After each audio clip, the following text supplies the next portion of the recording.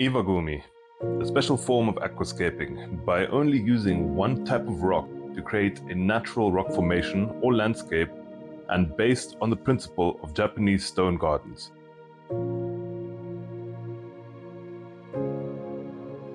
Created by Takashi Amano.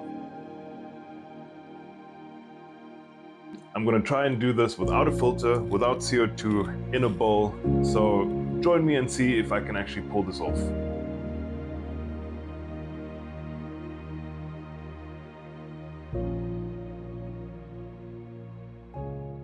Hey everyone, welcome to the channel. And a little over a week ago, I actually tried to create the Iwagumi in a bowl, but unfortunately, this is all I am left with the bowl that I had. Now, the bowl that I had was extremely cheap. It wasn't very expensive. And when I took it out of the shelf to go and clean it, it just popped in my hand, fell to the floor and broke into millions of pieces. So that was that with that bowl. However, I did go online and I did order another bowl, and this time a way better quality one. It's in the box. I've actually already had a look at it, but let's take it out of the box and actually start creating the Iwagumi. So here's the new bowl, and as mentioned, I already had a look inside. Let's get it out of the box. I just kept it inside here for safekeeping. I didn't want to have another accident of glass being in a million pieces on my floor. So I kept it inside here between all the bubble wrap. And, well, there she is.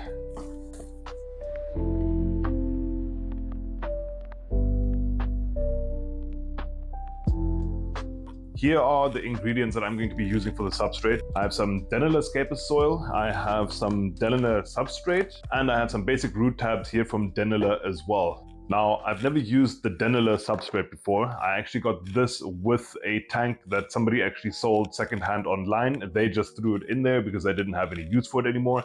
The Scapus soil, just amazing stuff. And the root tabs are just there for some extra nutrients. This is not sponsored by Denala. I'm just using what I have lying around and what I trust. But I would say, let's get into it.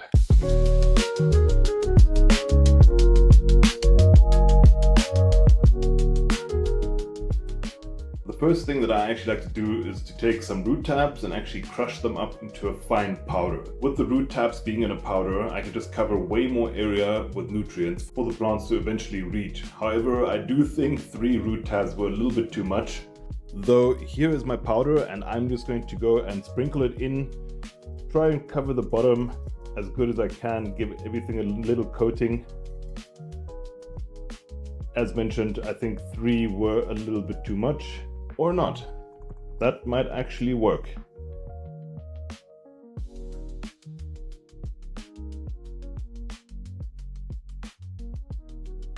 For the next step, we're going to be adding the Denala substrate, and it only needs to be around about 1 centimeter of a layer, so it doesn't need to be that much. I'm just going to sprinkle in a bit of this, and then we can top it all off with some aqua soil.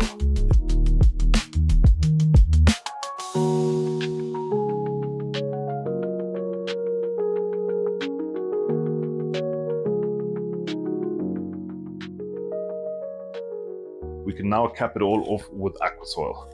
Now, I pour the aqua soil around the edges first. This just keeps the Denala substrate tucked to the middle and won't push it into the foreground. Once the tank, or in my case the bowl, is actually then filled up, you won't see the nutrient-rich substrate layer in the foreground of the glass.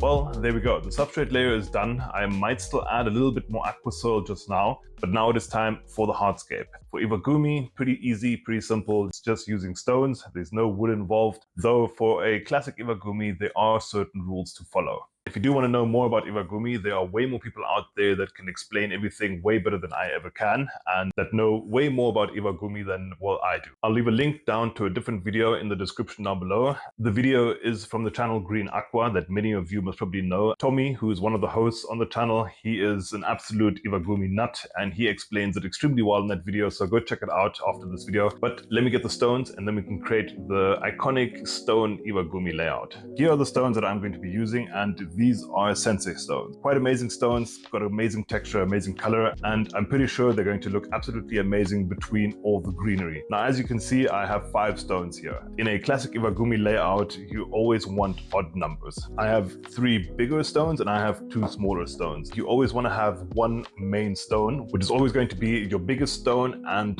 the most iconic stone of them to stand. Then you have your second stone, which is usually a little bit smaller than your main stone and is the supporting stone of the main stone. And then you have your third stone, which could be the same size as the second stone or a little bit smaller, and it is basically the supporting stone for the second stone. And that's how you get your classic 3-stone Iwagumi layout. Though in a classic Iwagumi layout, you also have smaller stones. And in my case, I have 2 more, so keeping the odd numbers going, and these are sacrificial stones. At the very beginning of the scape, your sacrificial stones are still going to be visible. As time goes on and the plants actually start growing in, these are going to no longer be visible, so hence the word sacrificial stone. At the Aqua Expo 2024, where I got these rocks, I was playing around in the dojo and I did set up a certain scape that I took a picture of. I'm going to try and recreate that picture, and if not, I'm just going to go ahead and try to keep it somewhat similar to the picture. But let's go ahead and start adding the rocks.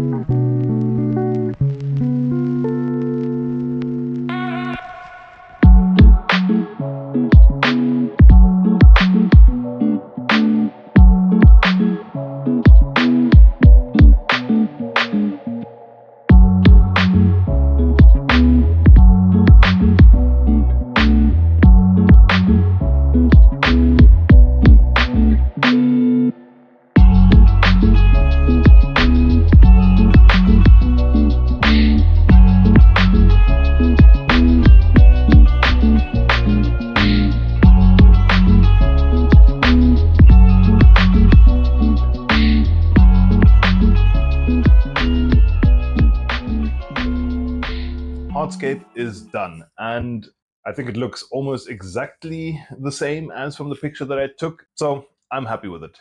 If any of you who are watching this video are big Iwagumi fans, let me know if I, did an okay job at least. This is my first Iwagumi, but I'm pretty happy with it, so let's get to planting.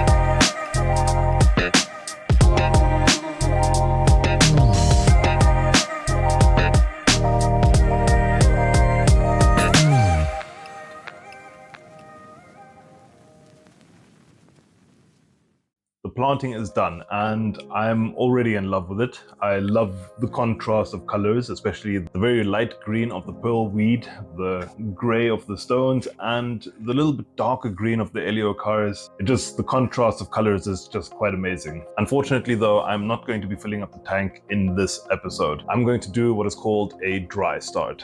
Now, many of you are most probably going to be familiar with the dry start method. I'm going to be covering the top with some cling film, poking a few holes into it, and I'm just going to let the plants just grow in for a few weeks. This is just going to ensure that the plants are going to root nicely before I fill it up with water. Plus, there's an abundance of CO2 in the atmosphere that the plants can thrive off. They can just grow in a little bit before I actually fill it up with water. If you guys enjoyed the video so far, please leave a like and a comment down below. I would really appreciate it, and tell me your thoughts on the Iwagumi in a bowl. Hit the subscribe button and the notification bell for the next upcoming video of the bowl, where I will, well, fill it up with water, maybe give it its first trim, and showcase the bowl once it is actually fully grown in. And as mentioned, hit the notification bell. There's still a lot of projects to come, even though I am slowly running out of space for things. I did make a video on the plans that I have, though otherwise I'm going to clean my floor. It is quite messy and wet around this table. As mentioned, I'm going to